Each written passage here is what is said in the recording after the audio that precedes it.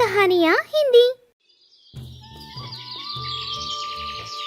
वेंकटपुर गांव के छोर पर नदी के किनारे के पास रामैया और सीतम्मा नाम के एक दंपति एक छोटे से मिट्टी के घर में रहते थे। उनके पास 2 एकड़ सूखी खेती की जमीन और आंगन में 2 भैंसें थीं।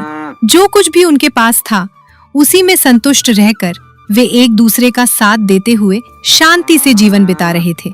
वह पुष्य का महीना था। उस साल गांव पर कड़ाके की ठंड का ऐसा प्रकोप था जैसा पहले कभी नहीं देखा गया था। सुबह जल्दी उठकर आंगन में आने पर कोहरा एक घनी चादर की तरह गांव को ढक लेता था, जिससे सामने खड़ा व्यक्ति भी दिखाई नहीं देता था। हवा सुइयों की तरह शरीर में चुभ रही थी। रामैया और सीतम्मा ने उस सर्दी के मौसम के लिए आवश्यक सभी तैयारियां कर ली थी। रामैया जंगल जाकर लकड़ियों का एक बड़ा गट्ठा ले आया और उसे पिछवाड़े में ढेर के नीचे जमा दिया। सीतम्मा ने चावल के बर्तन और दालों के घड़े को पूरा भरकर अटारी पर सुरक्षित रख दिया। एक दिन शाम को जब दोनों बरामदे में बैठकर अंगीठी के पास ठंड ताप रहे थे, तभी गांव की ओर से एक गाड़ी की आवाज सुनाई दी। वह उनके घर के सामने ही रुकी। गाड़ी में से सीतम्मा के बड़े भाई सोमैया, उनकी पत्नी गंगम्मा और 2 बड़े-बड़े पीतल के बक्से उतरे। अरे भैया, भाभी, इस ठंड में बिना बताए कैसे आ गए आप? तब सोमैया ने कहा, अरे क्या करे सीतम्मा, हमारे गांव में तो इससे भी ज्यादा ठंड है। इसलिए मैंने और तेरे भाभी ने सोचा कि तेरे गांव में तो ज्यादा ठंड नहीं है, कुछ दिन यहाँ रहेंगे फिर चला जाएंगे। बाप रे, तुम्हारे गांव का रास्ता बहुत ही खराब है। गाड़ी के झटकों से कमर टूट गई। अंदर थोड़ा गर्म पानी हो तो लाओ, हाथ पैर धो लूं। ये सुनकर रमैया ने कहा, हाँ, आइए साले साहब, आइए भाभी जी आइए। सोमैया और गंगम्मा बगल के गांव के थे। आलस्य और पेटू स्वभाव के लिए वे अपने गांव में मशहूर थे। काम करने के लिए शरीर नहीं झुकाते थे, लेकिन जहां भी दावत मिले वहां सबसे आगे रहते थे। इस सर्दी में काम न मिलने और घर पर खाना बनाने के आलस में वे हालचाल पूछने के बहाने अपनी बहन के घर धावा बोलने आए थे। भैया के आने की खुशी में सीतम्मा ने उस रात एक बड़ा उत्सव मनाया। उसने जमा की हुई दाल निकालकर मुगा दाल, गर्मा गर्म रसम और बैंगन की सब्जी बनाई। सोमैया और गंगम्मा ने 4 लोगों के लायक बना सारा खाना खुद खा लिया, बर्तन खाली कर दिए और आराम से डकार लेते हुए सो गए। उस रात सीतम्मा और रामैया के लिए केवल ठंडा मांड ही बचा। फिर रामैया ने कहा, अरे कोई बात नहीं सीतम्मा, तुम्हारा ही तो भाई है ना, भूख ज्यादा लगा होगा। हाँ जी, कल से हम थोड़ा कम खाएंगे। अगले दिन से असल कहानी शुरू हुई। सुबह हुई, रामैया खेत जाने के लिए तैयार हुआ और सीतम्मा घर के कामों में जुट गई। लेकिन सोमैया और गंगम्मा ठंड के मारे दुबक कर सोए रहे और देर तक नहीं उठे। भैया उठो, कॉफी पी लो। फिर गंगम्मा ने, अरे अभी तो बहुत ही ठंड है, थोड़ी देर और सोने दो ना। जब सूरज सिर पर आ गया तब दोनों सोकर उठे। उठते ही सोमैया अंगीठी के पास जम गया। सीतम्मा, ठंड से गला बैठ गया है, थोड़ी अदरक की चाय बना दोगी? गंगम्मा पिछवाड़े में बैठकर सीतम्मा से बातें करने लगी। बर्तन मांज रही सीतम्मा को देखते हुए, हमारे पड़ोसी ने रेशमी साड़ी खरीदी है, जानते हो उसकी कीमत कितनी है? दोपहर के भोजन का समय हुआ। रामैया खेत से लौटा। अरे जीजू, आप खेत से आ गया, आपको बहुत जोर से भूख लगा होगा है ना? आप दीदी को कहिए ना गर्मा गर्म बड़ा बनाने के लिए, मजा आ जाएगा। सीतम्मा का चेहरा उतर गया।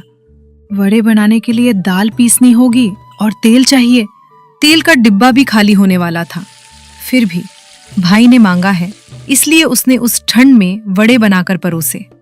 रात को, दीदी सुबह बोरा खाया था ना, रात को मार बना दीजिएगा, वही काफी है।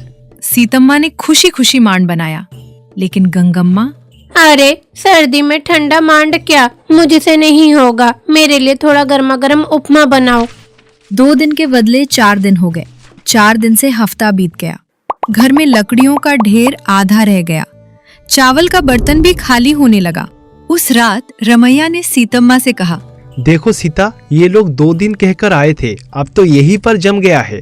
तुम्हारा भाई हर सुबह बदन दर्द हो रहा है ये कहकर सो जाता है। और तुम्हारा भाभी चूल्हा के पास बैठकर सिर्फ हुक्म चलाती है, कोई काम नहीं करती है। अगर इन लोगों को नहीं भगाया तो हमारे लिए सर्दी कटाना बहुत ही मुश्किल होगा और हमें भूखा भी रहना पड़ेगा। मुझे समझ नहीं आ रहा क्या करूं। आए हुए मेहमान को जाओ कैसे कहूं? गांव के लोग हंसेंगे, आखिर वो मेरे भाई ही तो है। तुम्हारा ही तो भाई है ना, मुझे उसकी कमजोरी पता है।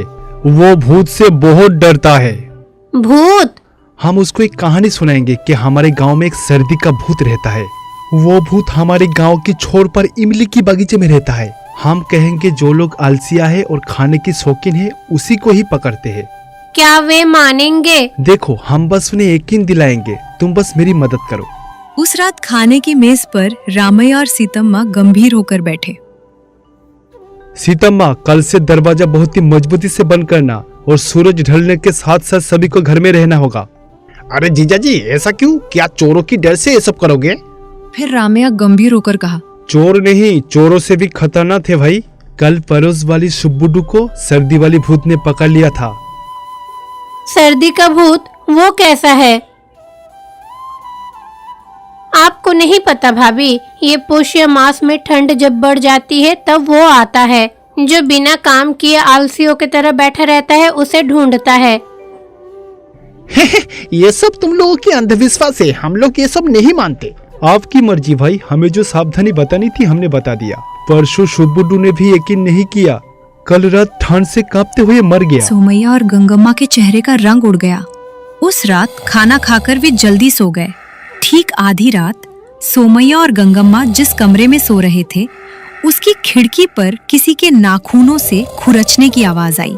गंगम्मा डरते हुए, हे जी, ये आवाज कैसी है? सोमैया नींद में बोलने लगी। अरे कुछ नहीं, ठंडी हवा चल रही है, सो जाओ। वो आवाज फिर से आई, आलसियों का गंध, वो लोग मुझे चाहिए। वो रामैया था जो घर के पीछे से आवाज बदलकर चिल्ला रहा था। दोनों चौंक कर उठ बैठे। बाहर किसी सफेद आकृति के चलने की परछाई दिखी। वो रामैया था जिसने शरीर पर चावल का आटा मल रखा था और काला कंबल ओढ़कर जानबूझकर घूम रहा था। अरे भूत, सचमुच भूत, वो मुझे पकड़ लेगा। अरे जोर से मत चिल्ला, वो हमें ही बुला रहा है। आलसी कहा उसने, मतलब कि तुम। अगली सुबह सोमैया और गंगम्मा के चेहरे उतरे हुए थे। वे अंगीठी के पास जाने से भी डर रहे थे। क्या हुआ भाभी? सुबह सुबह उठ गई, अंगीठी के पास नहीं बैठी? नहीं, ठंड नहीं लग रही। अच्छा, रात में कोई जोर जोर से चिल्ला रहा था क्या? हाँ जीजा जी, भूत आया था, सच में भूत आया था। आलसी कहकर चिल्ला रहा था। अरे क्या, सच में? मतलब कि वो भूत हमारा आसपास ही घूम रहा है। वो इस तरह आलसी लोगों को पकड़ता है। सुब्बुडू इसलिए दुनिया छोड़ के चला गया। अरे हमें पता नहीं था, हमें बचाइए भैया। इसका एक ही तरीका है भाभी, कहते हैं कि भूत को मेहनत करने वाले लोग बिल्कुल पसंद नहीं है, समझे आप?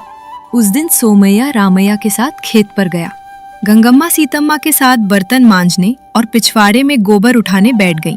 लेकिन उन्हें काम करने की आदत नहीं थी। शाम तक वे बदन दर्द से कराहने लगे। उफ, मुझसे नहीं होगा जीजा जी। इस काम से बेहतर तो उस भूत के हाथ में लाश बन जाऊं। मेरे कमर आकर गया है। हाँ जी, ये सीतम्मा मुझसे बहुत काम करवा रही है, मेरा हाथ भी फट गई है। उस रात फिर से रामैया ने घर का दरवाजा जोर जोर से पीटने लगे। इस घर से अभी भी आलसियों का गंध आ रही है। आज रात तुम दोनों की खैर नहीं। सोमैया और गंगम्मा डर के मारे थर थर कांपने लगे। रात भर सो नहीं पाए। सुबह होने से पहले ही सोमैया और गंगम्मा ने अपने बक्से बांध लिए। रामैया और सीतम्मा के जागने से पहले ही वे बाहर बैठ गए। रामैया बाहर आया। अरे साले साहब, इतना जल्दी उठ गया? अरे जीजा जी, अरे सीतम्मा, हमें गांव में राजा के पास काम है, इसलिए हमें अभी निकलना होगा। अभी जाओगे? 2 दिन और रुक जाते तो बहुत ही अच्छा होता। नहीं जी, हमारे पास समय नहीं है, गाड़ी मंगवाइए, हम चले जाएंगे। भैया कम से कम मांड तो पी कर जाइए। नहीं नहीं, हमें कुछ नहीं चाहिए, रास्ते के खर्च के लिए कुछ पैसा दे तो बस।